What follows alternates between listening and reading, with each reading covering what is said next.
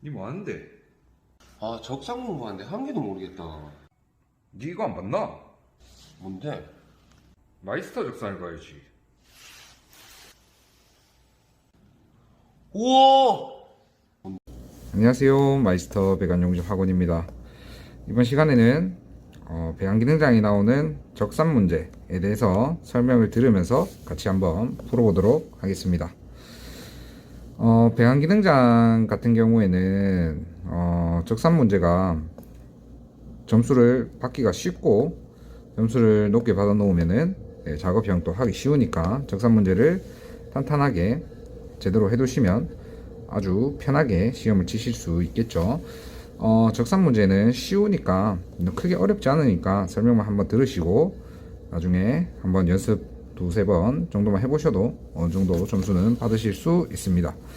자, 일단은 적산 문제를 한번 들어가기 전에 어떠한 적산이 무엇을 하는 것인지에 대해서 한번 알아보고 뭘 하는지는 알아야 문제를 풀 수가 있겠죠. 그래서 뭘 하는 건지 이제 적산에 대해서 한번 전반적인 설명을 듣고 한번 시작해 보도록 하겠습니다.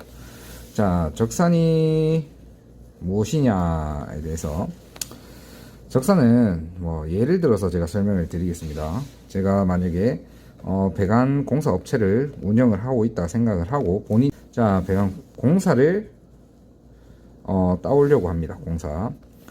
공사를 따오려면은 업체마다 뭘 해야 되죠? 견적서를 넣어야겠죠. 우리 업체는 얼만큼 들여서 공사를 할 수가 있다. 그래서 공사 금액에는 자재비가 있고, 뭐 자재비 안에는 뭐 파이프, 그리고 뭐 부속, 뭐 또 기타 뭐 여러 가지 자재들이 엄청 많이 들어가겠죠. 그런 것들이 들어가고, 또 하나가 농업이라는 게 뭐 쉽게 뭐 쓰는 말로 해서 인건비가 되겠죠. 인건비. 자, 그러면 요런 과정을 거쳐서 그 다음에 총 공사 금액에 대한 견적서를 작성하게 됩니다. 자, 지금 이 내용을 하는 게 적산 작업입니다. 적산 작업. 이 내용들이 다 들어가게 되어 있습니다. 자, 그러면은 전반적인 내용은 우리가 무엇을 할 건지는 살펴봤고, 자, 혼자 독학하시는 분들은 좀 보면 처음에 이거 무슨 말인지 하나도 모르겠다고 하시는 분들 많더라고요. 그래서 제가 조금 하는 방법에 대해서 좀 쉽게 설명을 해드리도록 하겠습니다. 자, 이제 표준 시간 뭐 3시간 이렇게 돼 있는데, 뭐 지금 뭐 21년 뭐 지금 2월 달입니다. 그래서 21년 하반기 70회차 기능장 때부터는 뭐 시간을 변경할 수가 있고 할 수도 있고 뭐 이렇게 돼 있던데, 뭐 크게 걱정하지 마시고 그건 신경 쓰지 마시고, 자, 도면을 받으시면은 시험 치실 때 도면 받으시면은 세 부를 나눠서 주게 됩니다. 저도 시험 친 지가 좀 오래돼서 세 부가 맞는지 두 부인지가 좀 헷갈리는데 뭐 그거는 중요하지 않습니다. 그러면 제 기억상 첫 번째로 주는 거는 한 부 나눠서 주는 거는 도면 전반적인 참고 자료, 뭐 예를 들어서 뭐 단가표, 그리고 공량표, 노무에 대한 공량표, 뭐 이런 것들을 줍니다. 그리고 뭐 시험 규칙이라기보다는 그냥 시험할 때 지시사항, 시험 지시 뭐 이런 것들을 한 부로 만들어서 주고, 두 번째는 이제 도면, 지금 이쪽에 보이시는 이런 도면을 또 한 부를 줍니다. 자, 그리고 세 번째가 답안지. 글씨가 잘 이쁘게 안 써지네요. 답안지. 이렇게 세 부를 나눠서 줍니다. 그러면은 우리가 실질적으로 작성해야 되는 거는 요겠죠. 답안지. 도면을 보고 참고 자료도 보고 해서 답안지를 작성을 하게 됩니다. 자,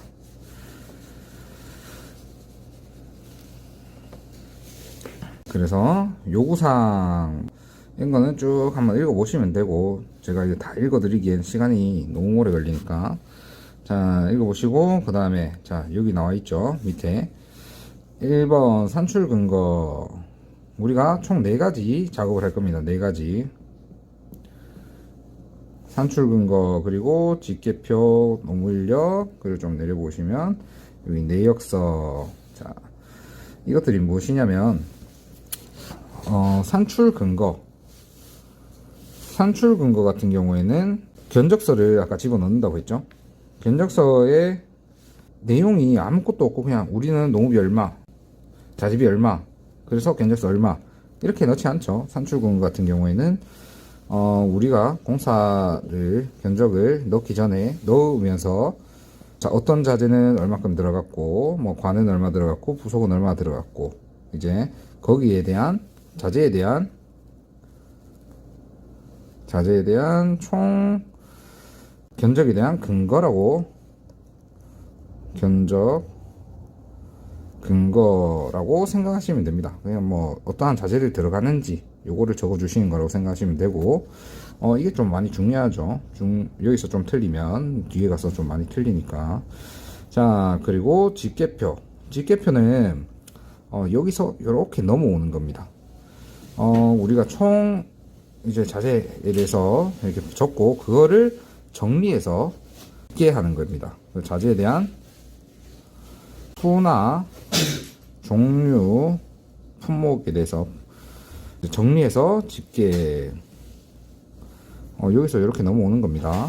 자 그리고 노무인력은 인건비가 얼만큼 들어가는지에 대해서 산출하는 건데, 자재마다 뭐 들어가는 공량이 다를 거고, 그리고 뭐 이제 관 사이즈나 뭐 이런 것들이 다 바뀌면서 공량이 조금씩 다 바뀝니다. 그래서 이것도 마찬가지 요렇게 집계표를 참고를 해서 노무인력을 작성하게 됩니다. 자 그리고 내역서. 그래서 요 화면을 이렇게 그래서 요렇게 넘어오는 겁니다. 근데 요렇게 넘어오는 것보다 집계표에서도 오고, 노무인력에 대해서도 오고, 그래서 인건비, 그리고 자재에 대한 총 견적에 대한 뭐 금액을 적어주는 거겠죠. 총 정리를 해서 금액 이렇게 생각하시면 되고, 여기 제가 이렇게 제목만 읽어봤는데,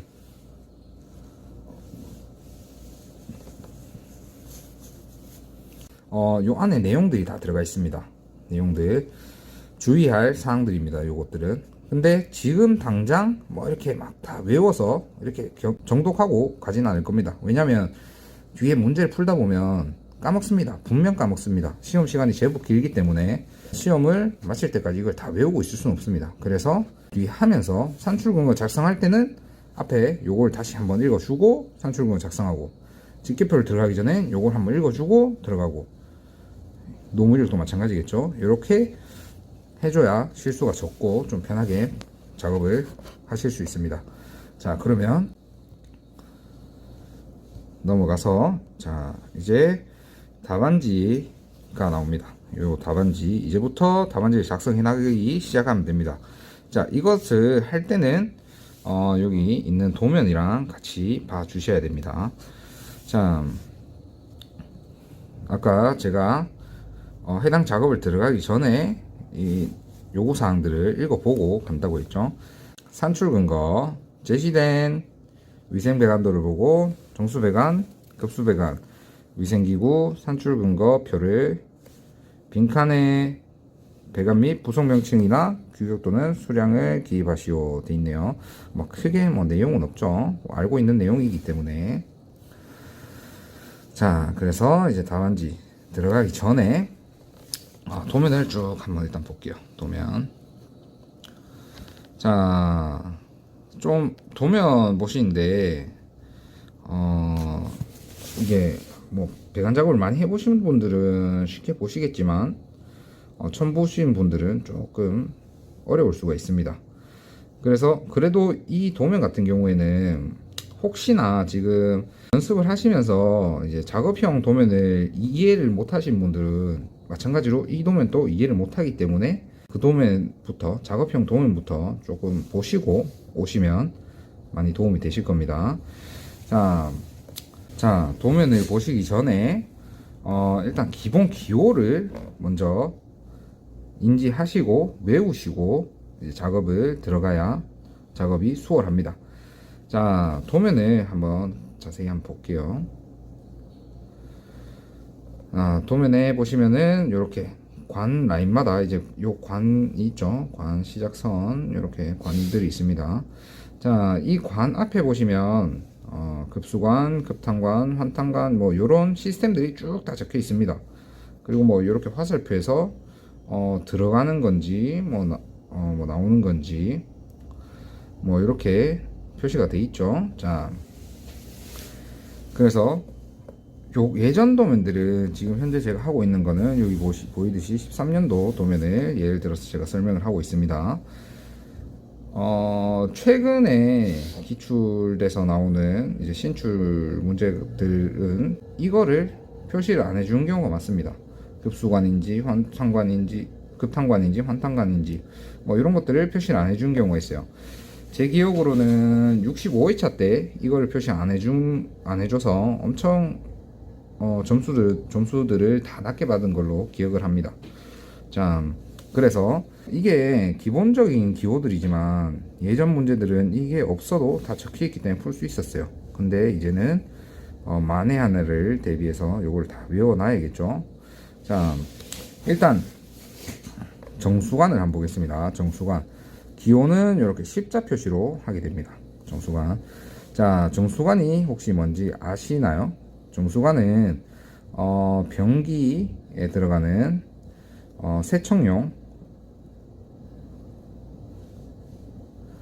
세척용수 이렇게 생각하시면 됩니다.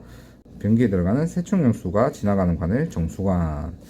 그리고 급수관은 이렇게 점 하나로 표기하게 됩니다. 뭐 제가 선으로 해놨는데 점으로 해놓으니까 잘 안 보이더라고요. 여기도 이렇게 점 표기해놨죠. 급수관은 세면기라든지 뭐 샤워기, 뭐 싱크대 이쪽으로 들어가는 냉수라고 생각하시면 됩니다. 그냥 찬물 나오죠, 세면기에. 그거로 생각하시면 됩니다. 자, 그 다음에 나오는 급탄관. 급수관이 있으면 급탄관. 냉수가 있으면 온수도 있겠죠. 급탄관은 온수가 됩니다. 점 두 개로 이렇게 표기하게 됩니다. 세면기에도 보시면 뭐 냉수만 있는 곳이 잘 없죠. 온수까지 다 있으니까. 자, 그 다음에 나오는 게 환탄관. 환탄관 같은 경우에는 점 3개로 표시를 하게 됩니다. 급수관은 찬물이 세면기로 들어가면은 거기 물이 배관 라인에 차 있다가 수도꼭지를 틀면 나오게 되는 형식이고, 급탄관 같은 경우에는 따뜻한 물이 나오려면 어디를 거쳐야 되죠? 보일러를 거쳐야겠죠. 보일러.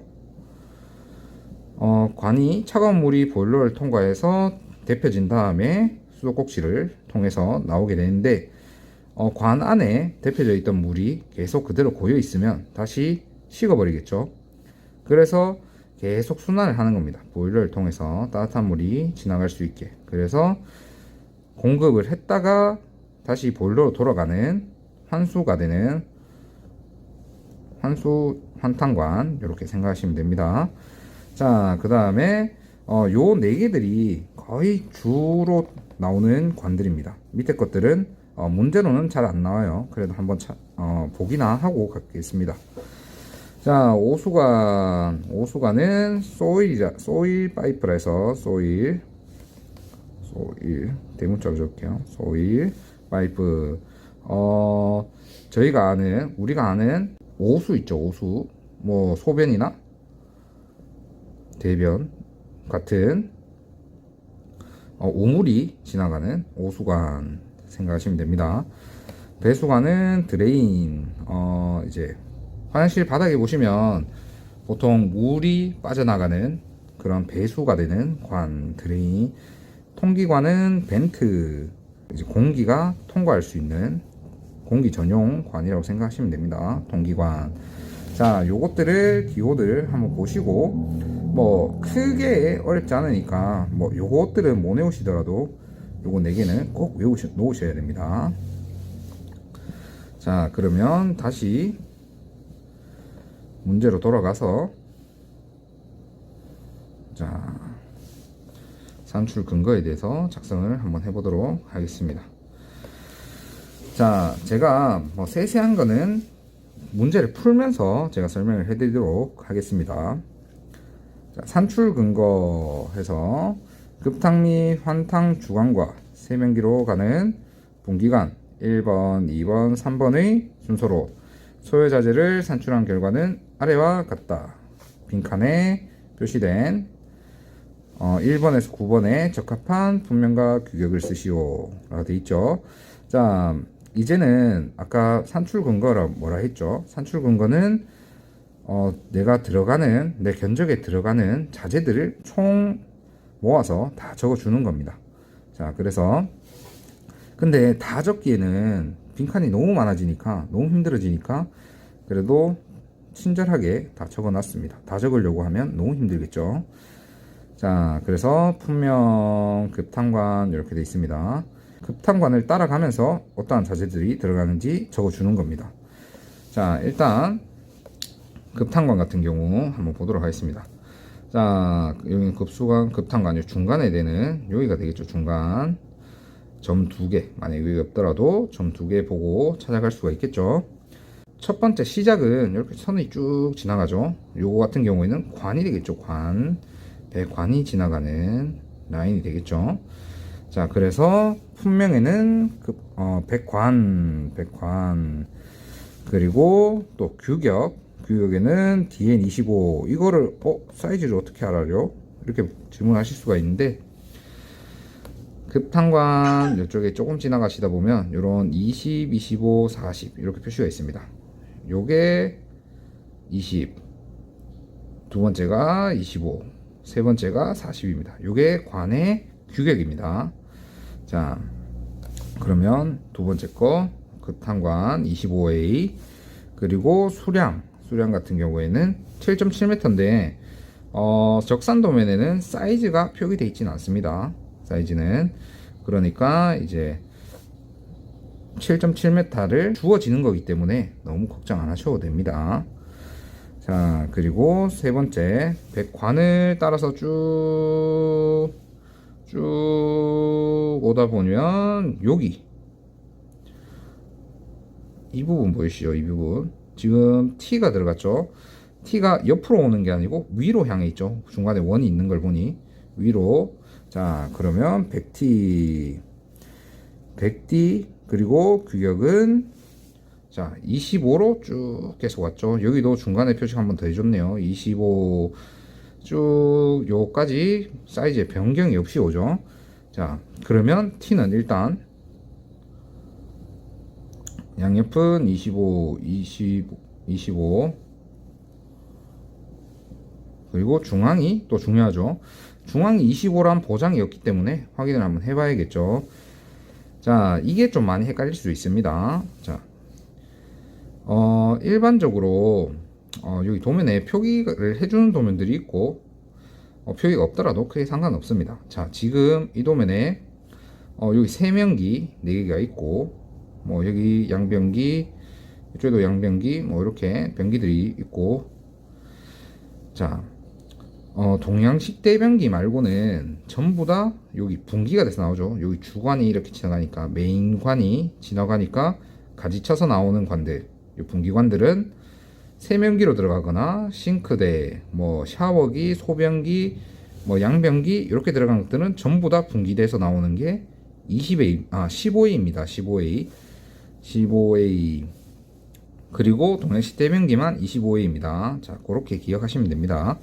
자, 그러면은 여기가 25고 15니까 DN 25 곱하기 15. DN에 대해서는 제가 뭐 설명을 드리려면 말이 길어지니까 DN은 그냥 규격 번호라고 생각하시면 됩니다. 이게 그래서 이제 넘어오셔서 베티 규격도 적어줬고 개수는 1개 아까 여기를 했습니다. 자, 그 다음에 뭐가 들어가죠? 뭐 엘보라고 지금 바로 생각하실 수도 있는데 T랑 엘보랑 서로 앞나사기 때문에 연결될 수가 없죠. 중간에 관이나 이런 것들이 닛불이나 하나 들어가야겠죠. 자, 그래서 닛불이 들어갔네요. 닛불 그리고 25에 1개. 자, 그리고 닛불 다음은 엘보 들어갔고, 그 다음에 엘보 다음은 여기 백관이 들어갔죠. 자, 그 다음에 백관 다음은 요 T가 되겠죠. T 위로 향해 있는 T. 자, 100T 규격은 마찬가지 분기에 대해서 나오기 때문에 요 세면기죠. 그러면은 25에 15가 되겠죠. DN 25에 15. 자, 그 다음에 조금 넘어가서 T 다음은 백관이나 닛불이 오겠죠. 자, 백닛불이 왔네요. 자, 여기서 하나 설명을 드리고 가겠습니다. 백관과 닛불에 대해서 차이에 대해서 제가 설명을 드리겠습니다. 자, 닛불이 뭔지 잘 모르신 분들이 뭐 제법 많습니다. 자, 그래서 백관은 이렇게 해서 백관 이렇게 나사가 나 있는 것입니다. 파이프에 나사가 나 있는 거. 닛불은 무엇이냐? 닛불은 이렇게 돼 있고 관이 있고 여기 나사가 나 있는 것입니다. 뭐 똑같죠? 똑같은데 무슨 차이냐면 일반적으로 우리가 작업을 하다 보면 관 같은 거 백관 여기서 백은 뭐 아연 도금된 그 관을 말하는 겁니다. 수도용이기 때문에 지금 흑관을 쓰면 부식이 많이 생겨서 백관을 쓰는 겁니다. 그거는 뭐 크게 신경 쓰실 필요 없고, 자, 관은 내가 현장에서 이제 측정을 하고 도면에 맞춰서 절단을 해서 나사 가공을 하고 사용하는 걸 백관이라고 여기 이 적산도면에서는 표기를 하고, 닛불 같은 경우에는 보통 배관 상사를 가시면은 뭐 장닛불, 단닛불에서 뭐 100ml짜리, 뭐 50ml짜리, 뭐 긴 거는 뭐 400, 500짜리 뭐 닛불 이렇게 만들어서 팝니다. 그래서 닛불 같은 경우에는 관이라고 생각하는 게 아니고 부속이라고 생각을 하는 겁니다. 내가 100ml짜리 닛불을 여기 부속처럼 집어넣고 사용을 하겠다. 요런 개념으로 여기 적용이 됐고, 자, 그래서 그러면은 만약에 여기 품목에 빈칸이 있으면 어떻게 판단을 하냐고 생각을 하실 수 있는데, 그거는 이쪽에 보시면 규격, 수량 이렇게 나와 있죠. 자, 그리고 뭐 도면마다 좀 다르겠지만 보통은 여기 수량하고 여기다가 단위가 있어요. 그래서 요거는 수량과 단위를 같이 적어줬는데, 예를 들면은 다른 도면들은 7.7 하고 여기 메타 이렇게 적어줍니다. 자, 관은 미터로 표기를 하게 되고 미터, 닛불은 개로 표기하게 됩니다. 개수로. 자, 그러면은 만약에 여기 품목이 가려져 있더라도 단위를 보고 메타면 관이구나, 그리고 개면은 개로 적혀 있으면, 숫자 개로 적혀 있으면 닛불이구나 라고 분간하실 수 있겠죠. 그리고 만약에 품명도 가려져 있고 단위도 가려져 있으면 수량을 보시면 만약에 닛불이 1개다 그러면 1 이렇게 되어 있습니다. 근데 파이프가 1m 나오면은 1.0 되어 있습니다. 이렇게 또 구분하실 수가 있습니다. 자, 닛불에 대해서, 닛불과 관에 대해서 차이를 제가 잠깐 설명을 했습니다. 그러면 백닛불 아까 어디였죠? 지금 아까 여기 있죠. 백닛불, 그 다음에 빈칸이 있습니다. 빈칸. 자, 이거는 거의 대부분 도면마다 다 나오는 페이크입니다. 이 속임수는 많이 나오는데 적산 도면을 보시면은 이제 이 도면에 부속 표기를 안 해주는 경우가 좀 제법 있어요. 그래서 요거를 좀 분별하실 수 있어야 되는데, 니플 다음은 뭐 자연스럽게 보통 보시면 여기 니플 했으니까 여기 T라고 적으실 수가 있는데, 여기 T 넣어버리면 여기 끝에 가면 칸이 안 맞습니다. 그래서 중간에 뭔가 잘못됐구나 라는 걸 인지하실 거예요. 니플 있고, 그 다음에 지나 올려니까 보니까 여기 사이즈 표시를 여기 해놨죠. 아까는 25A로 왔습니다. 아까 여기까지 중간에 라인이니까 25로 쭉 중간 라인이 쭉 오다가 여기서 갑자기 20A로 바뀌어버렸어요. 규격이 바뀌어버렸죠. 그러면 사이즈를 줄여줄 수 있는 부속이 뭐가 있죠? 뭐 레듀셔가 있겠죠. 레듀셔. 그러면 여기는 100 레듀셔, 리듀셔 적어도 되고 레듀샤 적어도 되고, 뭐 이거는 영어 단어이기 때문에 크게 상관없습니다. 자, 그리고 규격도 마찬가지. 이렇게 레듀셔는 양옆이 사이즈가 무조건 다르니까 이렇게 적히겠죠. 자, 여기 레듀셔가 들어갔고, 그 다음에 바로 T가 아니죠. 레듀셔가 있으면 또 니플이나 관이 하나 들어가야겠죠. 자, 이거니까 관, 그리고 관 했고, T, 여기 T, 그 다음에 지나와서 관, 그 다음에 또 T죠. T 이렇게 됐죠. 자, 여기까지가 급탕 주관입니다. 급탕 주관. 자, 이제부터 환탄관이 시작됩니다. 환탄관. 자, 이 경계는 도면을 보시면 이제 급탕 주관이 쭉 오면서 분기가 됩니다. 여기 공급을 한번 하고, 또 공급하고, 또 여기도 공급하고, 공급이 끝나는 시점부터는 환탄관으로 들어갑니다. 요 T까지만 급탄관. 그 다음부터는 이제 공급이 없기 때문에 리턴해서 나오겠죠. 그래서 이쪽 부분은 이제 환탄관이 시작되게 됩니다.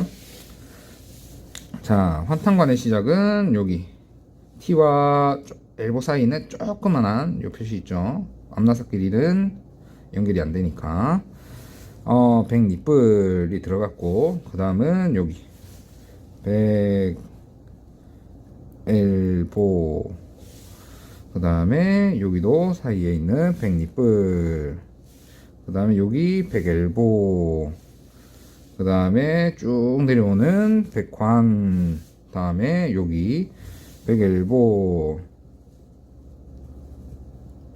좀 하시다 보시면, 좀 설명 좀 듣다 보면 별거 아닌데 이렇게 생각이 드실 거예요. 자, 그 다음에 엘보 다음은 쭉 이제 처음으로 쭉 돌아오는 100관으로 마무리가 되게 됩니다. 자, 이까지는 이제 조금 느낌이 오시죠? 자, 좀 넘어가서, 자, 이제 두 번째로 시작되는 분기관 1번. 자, 여기서 말하는 분기관은 아까 주관을 저희가 급탄관, 환탄관에 대해서 알아봤죠. 자, 그러면은 거기 해당되는 급탄관에 대한 분기 1번, 분기 2번 이런 식으로 하게 되겠죠. 자, 분기 1번. 지금 급탄관이 아까 이렇게 지나갔습니다. 그러면 첫 번째 나오는 이게 되겠죠. 이거. 자, 그러면은 이 부분은 시작 부위가 어디냐면, 이게 많이 좀 또 헷갈릴 수가 있습니다. 아까 급탕 주관에서 T 하고 이렇게 지나갔죠.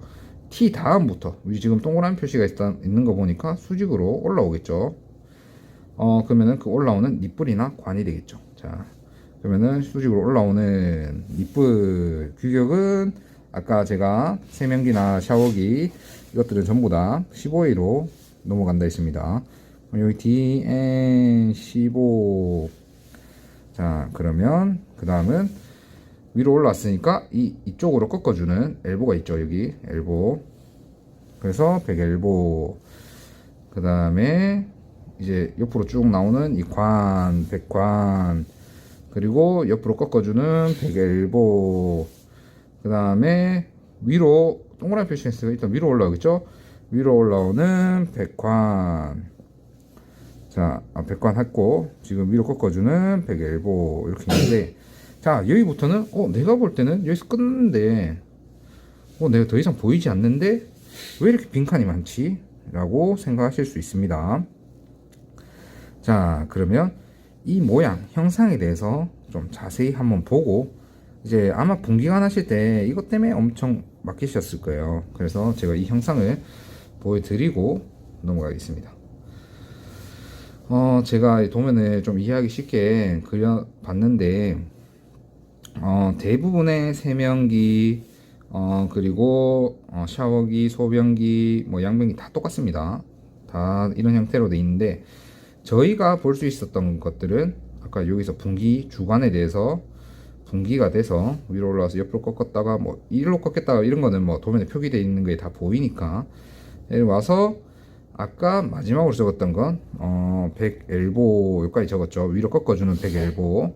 자, 그 다음은 뭐가 나오냐면 이 형상은 머리에 알고 있어야 됩니다. 자, 이 비고란을 보시면 슬래브 및 여유 공간 이렇게 돼 있죠. 슬래브가 뭐냐면 이 콘크리트 바닥을 말하는 겁니다. 여기 콘크리트 바닥 두께 뭐 이런 것들. 자, 그러면은 콘크리트 바닥이 있으니까 이 배관 밑은 이거 배관은 매설이 돼 있다고 생각하시면 됩니다. 여기가 2층이라고 생각하면은 1층 천장에 지금 마감 처리를 해놔서 안 보이지만 천장에 매달려 있어서 2층으로 올라간다 이렇게 생각하시면 됩니다. 자, 그래서 요 바닥과 콘크리트 바닥과 요 엘보까지 요 수평으로 가는 라인이 밑에 공간이 있겠죠. 공간. 요 공간을 슬래브 및 여유 공간에 대해서 말해주는 거겠죠. 자, 그러면은 이 슬래브 아래까지 여기서 여기까지의 아래까지 거리 관 길이를 물어보는 거겠죠. 그러면 여기는 100관이 들어갔고 15고 0.3m 이렇게 들어갔네요. 자, 그 다음은 슬래브 두께 비고란을 보니까 슬래브 두께라고 되어 있네요. 슬래브 두께는 콘크리트 바닥의 두께를 말하는 겁니다. 자, 그럼 여기 사이도 이거 갑자기 왜 배관을 물어보다가 슬래브 두께를 물어보냐 생각하실 수도 있지만 슬래브 두께 같은 경우에는 슬래브 두께만큼 관이 요 안에도 지나가겠죠. 요 안에 지나가는 관의 길이를 구하기 위해서 이제 나와 있는 겁니다. 그러면 슬래브 두께는 무조건 200입니다. 0.2m. 그냥 0.2m구나 하시면 됩니다. 외우시면 됩니다. 그냥 아시겠죠? 0.2m구나 하시고 그 다음에 나오는 게 이제 입상관 이제 뚫고 나왔습니다. 여기 벽 속에도 또 매설이 돼 있겠죠. 뚫고 나왔습니다. 자, 그러면은 여기 콘크리트 아까 슬래브 두께에서 여기까지 나니까 여기 위로 올라오는 입상되는 관 여기 T 중심까지의 거리를 물어보는 겁니다. 세면기 여기 나와 있죠. 요 부분이 아까 T해서 빠져서 벽을 뚫고 나와서 연결되는 부위. 그러면은 여기 콘크리트 바닥이니까 여기서 460mm니까 0.46이 되겠죠. 0.46. 요거는 도면에 표기를 해줍니다. 자, 조금 헷갈리실 수 있어요. 근데 제가 아까 3D 요 도면을 그려놓은 거 요걸 보시고 한번 생각하시면 조금 편하실 겁니다. 이 모양은 머릿속에 들어가 있어야 됩니다. 그 다음 나오는 게 여기 빈칸이 또 있죠. 입상관 여기 입상관을 지나갔습니다. 그 다음 뭐 들어가죠? T가 들어가겠죠. T 여기 T. 자, T 요 모양도 이게 아까 그 연결된 관련된 모양입니다. 자, 그러면 요 T 적어주시고 100T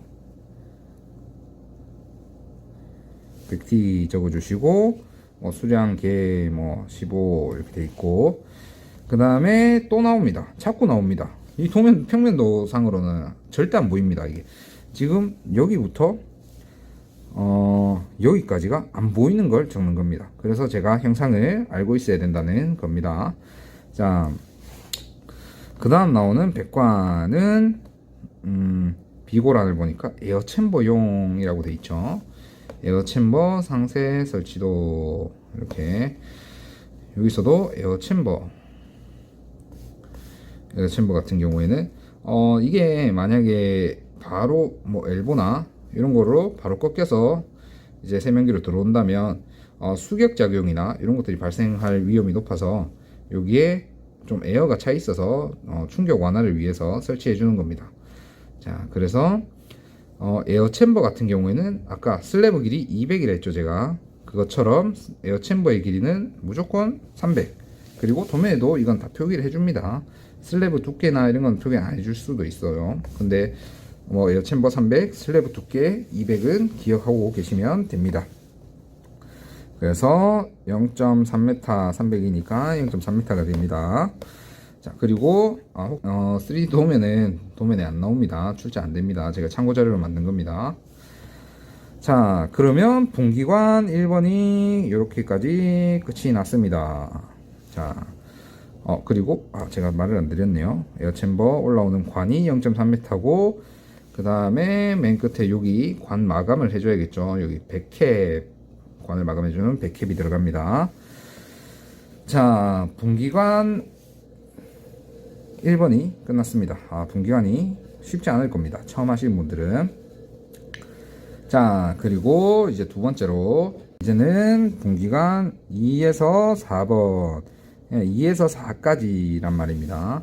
자, 아까 전에 1번은 왜 따로 해놓고 분기관 2에서 4까지는 왜 한 번에 묶어놨냐 라고 보시면은 도면에 보시면 1번은 여기서부터 이렇게 나오고 이렇게 꺾여가죠.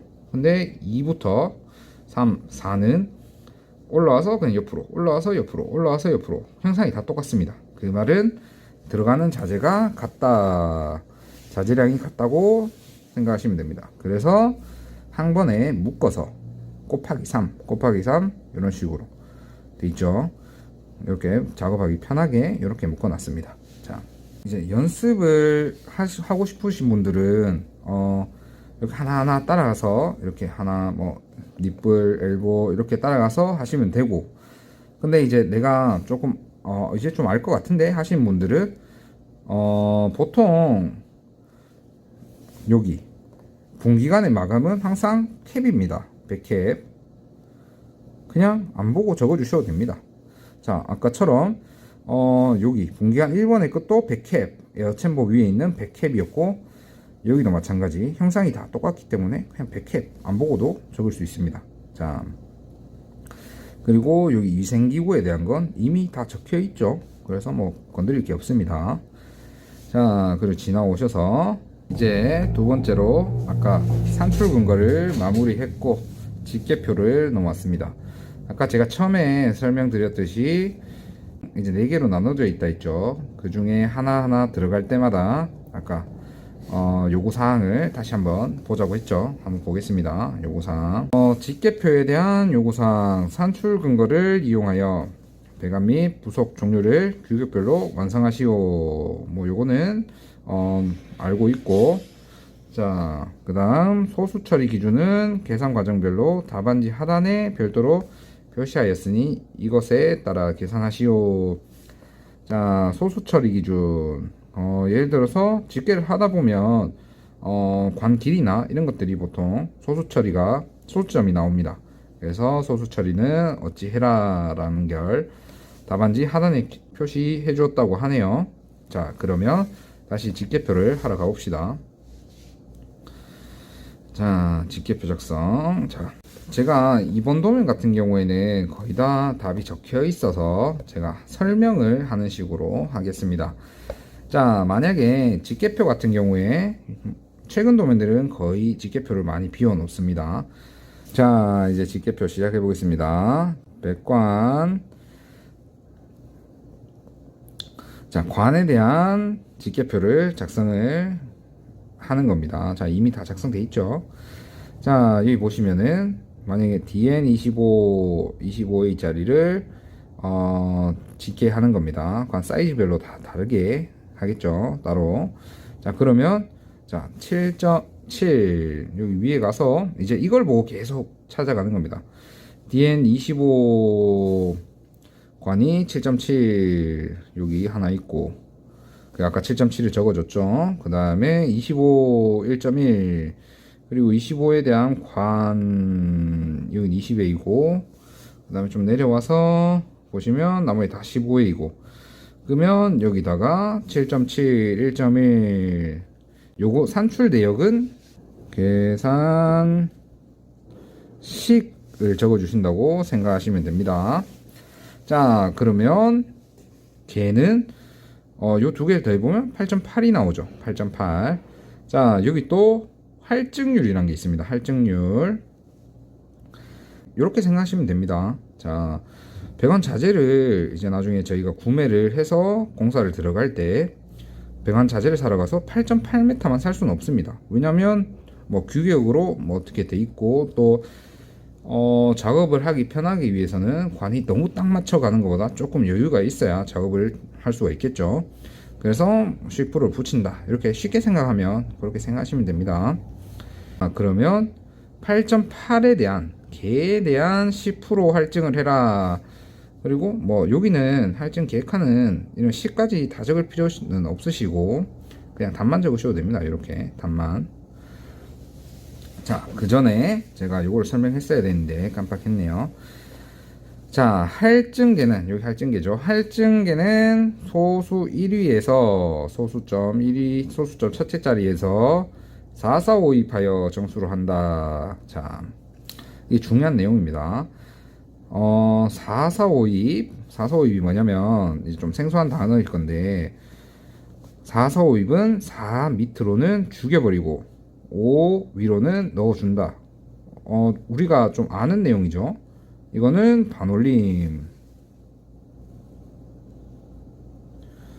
반올림이라고 생각하시면 됩니다. 반올림 하여 정수로 나타낸다. 소수 1위에서 정수로 나타낸다. 자, 그러면 8.8에서 10%를 더해줘야겠죠. 할증이니까 10%만 하는 게 아니고 10%를 더해주는 거겠죠.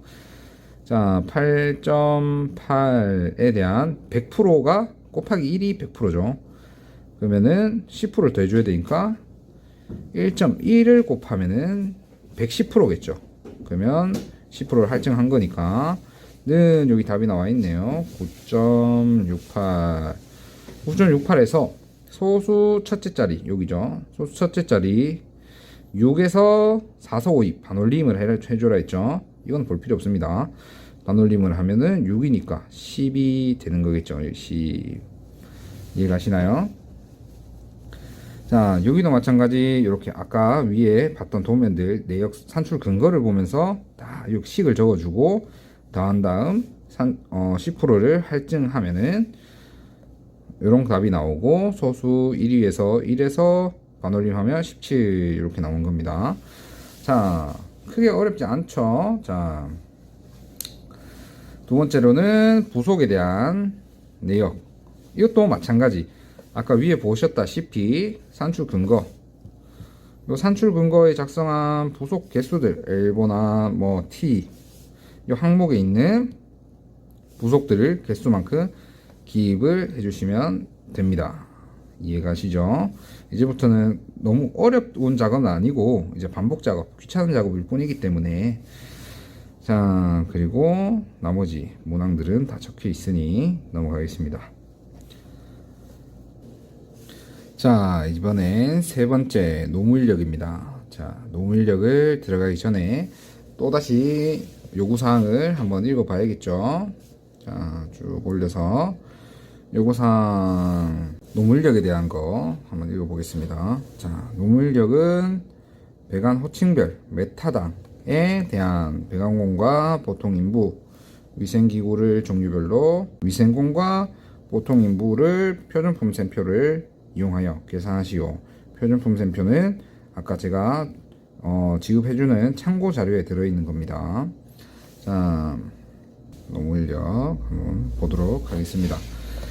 자, 이제 또 이것도 뭐 크게 어려운 작업은 아닙니다. 자, 한번 볼게요. 지금 수량 적는 칸 있죠. 아까 DN25 여기 보시면 DN25는 지금 이게 헷갈리는데 저 빈칸에는 만약 빈칸이 나와 있다면 할증계를 넣어야 되는지 개를 넣어야 되는지를 헷갈리실 수가 있습니다. 자, 노무 인력에 들어가는 수량은 할증계가 들어갈 필요 없고 그냥 계 아까 전에 더한 값만 넣어주면 됩니다. 자, 요게 헷갈리신다면 이렇게 생각하시면 됩니다. 아까 전에 제가 작업을 편하게 하기 위해서 배관을 조금 더 살 거니까 거기에 대한 가격을 붙인다고 생각을 하시면 되고, 자, 이제는 노무인력 인건비를 계산하는 겁니다. 인건비는 실제 들어가는 배관관 길이에 대해서만 단가를 매기면은 되기 때문에 남는 관까지는 매길 필요가 없기 때문에 이게 총 개가 들어가면 됩니다. 그냥 개 할증계 X 이렇게 되겠죠.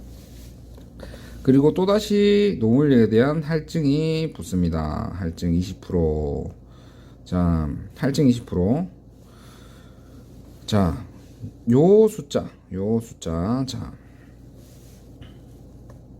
요 같은 경우에는 만약에 빈칸이 만들어져 있다면은 어떤 걸 참고, 아까 표준 품셈표를 보라고 했죠. 자, 그러면 표준 같이 보기 편하게 표준 품셈표를 띄워서 보겠습니다. 자, 여기 기계 설비 표준 품셈 참고 자료 이렇게 돼 있죠. 자, 여기 대해서 찾아서 기입을 해 주시면 됩니다. 요 위에는 그냥 메타당 적어 주시는 거고, 여기는 계산한 된 값 할증 곱하기 개수 수량 이렇게 되겠죠. 개수. 자, 그러면 한번 계산 과정을 한번 봅시다. 자, 할증 20%. 자, 그러면은 여기는 20 뒤엔 25기 때문에 25 보면은 배관공은 파이프 메타당, 여기 메타당 0.147 이렇게 0.147이 들어가게 되고, 여기는 자 8.8 곱하기 할증 20%이기 때문에 1.2가 되겠죠. 곱하기 여기 메타당 곱하기 0.147 곱해주면은 이런 숫자가 나오게 됩니다. 자, 이것도 마찬가지 밑에 읽어보시면 배관공, 위생공, 보통인부의 계산값은 소수 3위에서 소수 3위 한 자리, 두 자리, 세 자리, 여기가 2가 3위 자리가 되겠죠. 3위에서 4, 4, 5 입하여 반올림하여 소수 2위까지 나타낸다. 그러면은 2니까 요 뒤에 게 제거가 되겠죠. 그러면 1.5가 되겠죠. 자, 그리고 관 같은 경우에는 위생공이 따로 이제 공량이 정해져 있지 않죠. 그래서 위생공은 적을 필요가 없는 거고, 자, 그리고 보통인부 같은 경우에는 또다시 25 여기는 0.037 들어가고, 똑같은 계산식으로 8.8 곱하기 1.2 20%니까 1.2 곱하기 0.037 해서 나온 값에서 소수 3위에서 제거가 되겠죠. 자, 그러면 이런 값이 나옵니다. 자, 나머지도 다 마찬가지입니다. 그리고 이런 실수도 많이 하시는데, 여기는 관에만 20% 붙었죠, 할증이. 나머지는 할증이 없습니다. 그래서 할증에 대해서는 밑에 거는 해주면 안 되겠죠. 자, 그리고 이제 개라고 적는 칸이 있습니다. 이제 총 개를 적어주는 거 있죠. 배관공에 대한 개, 위생공에 대한 개, 보통인보다 마찬가지 개를 적어줍니다. 자, 개를 적어주는 데서는 자, 또 한번 읽어보겠습니다. 배관공, 위생공, 보통인부의 개는 소수 1위에서 4, 4, 5 입하여 정수만 나타낸다고 되어 있죠. 자, 그러면 이걸 더해버리면 안 되겠죠. 이거는 메타당의 기준이기 때문에 계산한 값 1.5 더하기 2.17 더하기 1.34를 더하면은 지금 5.0이 되겠죠. 5.0 그리고 소수 1위에서 4452 반올림을 해서 계산을 해보면은 날아가 버리고 5가 되겠죠. 나머지도 마찬가지 이렇게 계산해 주시고 계산해 주시고 크게 어려운 작업은 없습니다. 자, 네 번째로 이제 내역서를 한번 작성해 보도록 하겠습니다. 내역서 같은 경우에는 작성 요령을 제가 설명을 드리겠습니다. 자, 내역서를 들어가기 전에 한번 요구사항 한번 읽어보고, 자, 내역서는 직계표와 노무일력 산출 근거를 산출 근거로 내역서를 완성하시오. 자, 그리고 작품 및 소모품비는 감관금액이 3%를 적용하고 소수 이하는 버리시오. 자, 잘 보셔야 됩니다. 이거는 소수 3%를 할증하는 게 아니고 버리시오입니다. 버리시오. 그리고 4452도 아닙니다. 반올림도 아닙니다.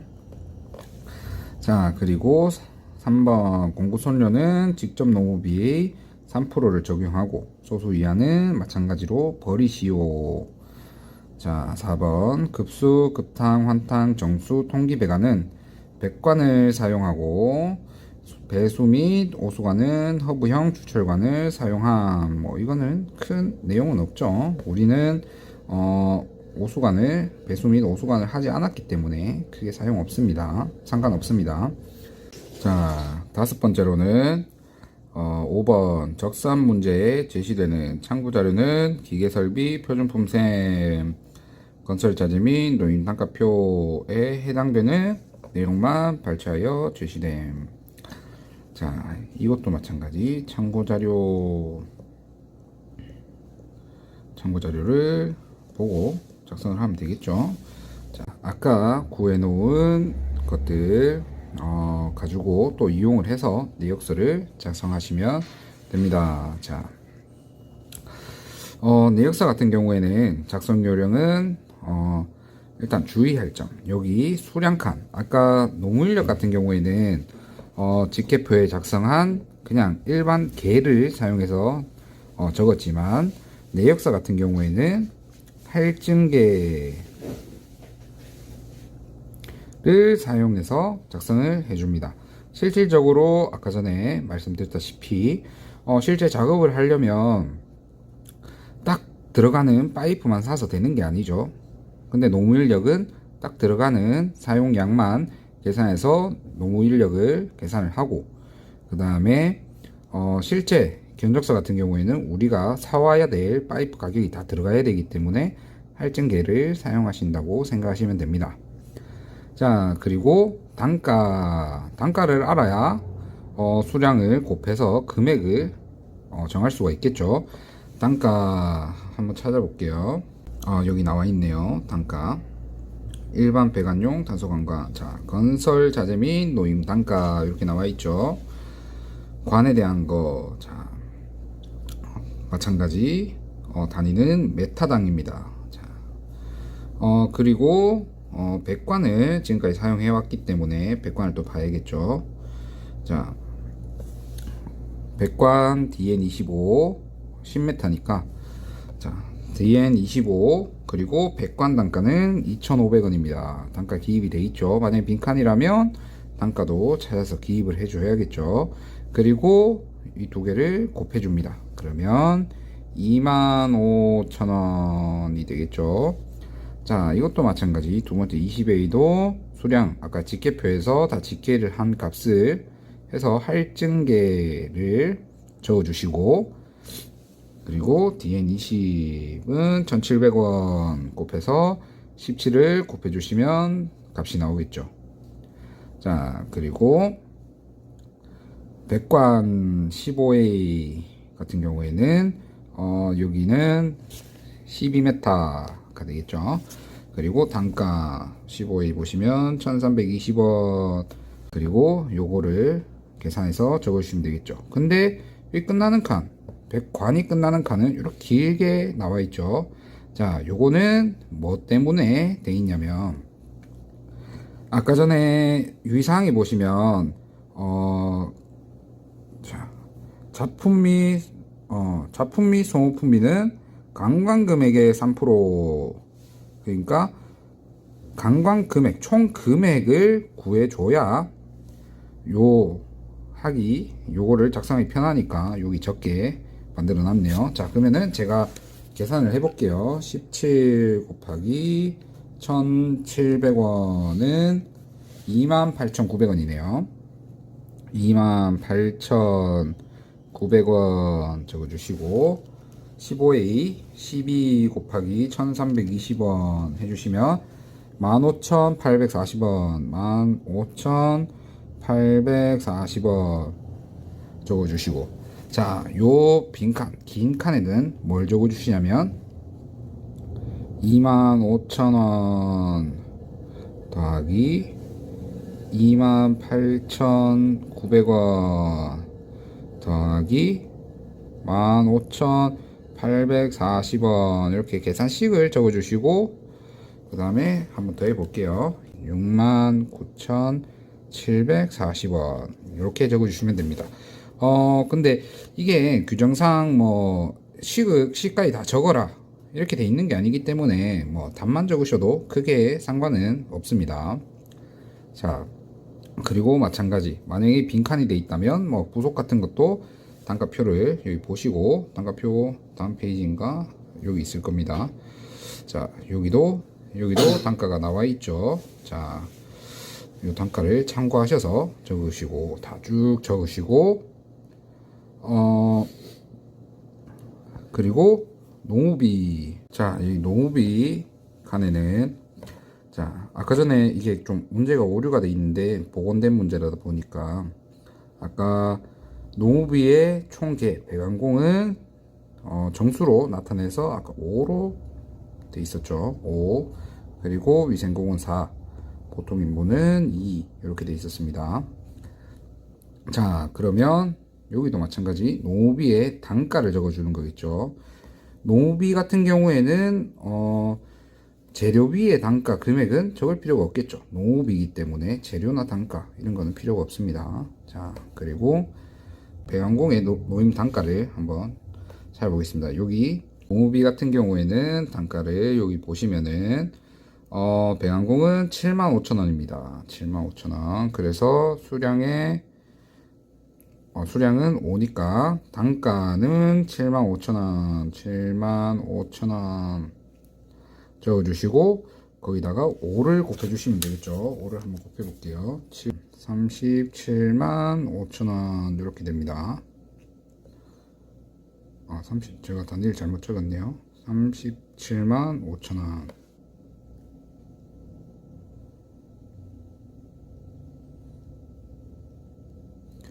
이렇게 적어주시고 위생공 같은 경우에는 단가가 74,000원. 74,000원.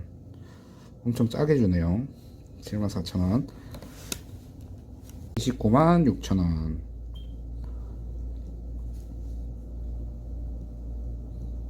제가 또 단위를 잘못 적었습니다. 296,000원. 그리고 보통인부 같은 경우에는 보통인부 53,000원. 106,000원이 나오네요. 106,000원. 다시 적을게요. 106,000원. 이렇게 됩니다.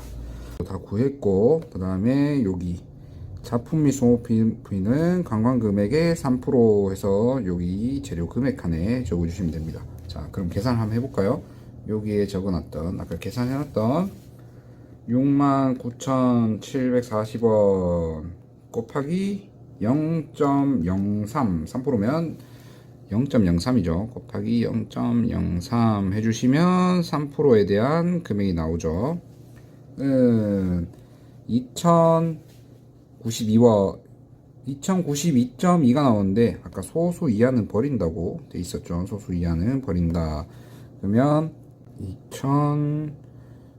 2092원 이렇게 되고, 그리고 공고 손료 같은 경우에도 직접 노무의 3%, 그러면 이 총 다 더한 금액에서 0. 곱하기 0.03을 해주시면 되겠죠. 더하기를 지워버릴게요. 0.03. 자, 그 값을 여기 적어주는 겁니다. 77만 7천원. 여기 답이 잘못됐습니다. 아까 요게 잘못됐어요. 답안지가 요 문제 자체가 좀 잘못됐기 때문에 77만 7천원. 그리고 여기서 곱하기 0.03 해보면은 23,310원 23,310원 이렇게 나옵니다. 자, 그리고 여기 같은 경우에는 보통은 계산식을 적어 주시면 됩니다. 자, 여기 들어가는 거에 대한 뭐 37,500원 37만 5천원 더하기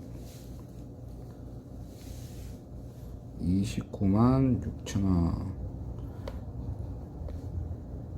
더하기 10만 6천원 곱하기 0.03 이렇게 해주시면 되고, 그러면 이 나머지 금액들 쭉 다 더해서 여기 재료비 칸에 넣어주시고, 노후비는 요거 3개를 더해서 여기 넣어주시면 됩니다. 자, 이 14년도 문제가 조금 복원된 문제가 조금 오류가 있어서 이제 제가 수정을 해가면서 좀 했습니다. 자, 하시다 보면은 궁금한 점 이런 것들을 제가 다 체크해서 영상으로 중요한 점만 일단 집어넣어놨고, 중간 계산 과정이나 이런 것들을 조금 생략한 부분이 많습니다. 설명을 들으신 대로 한번 진행을 해보시면 막힘없이 잘 하실 수 있을 거고, 만약에 궁금한 점이나 풀다가 도저히 안 되겠는 부분들은 제가 밑에 하단에 메일로 주소를 남겨 놓을 테니 문의를 해주시면 되겠습니다. 감사합니다.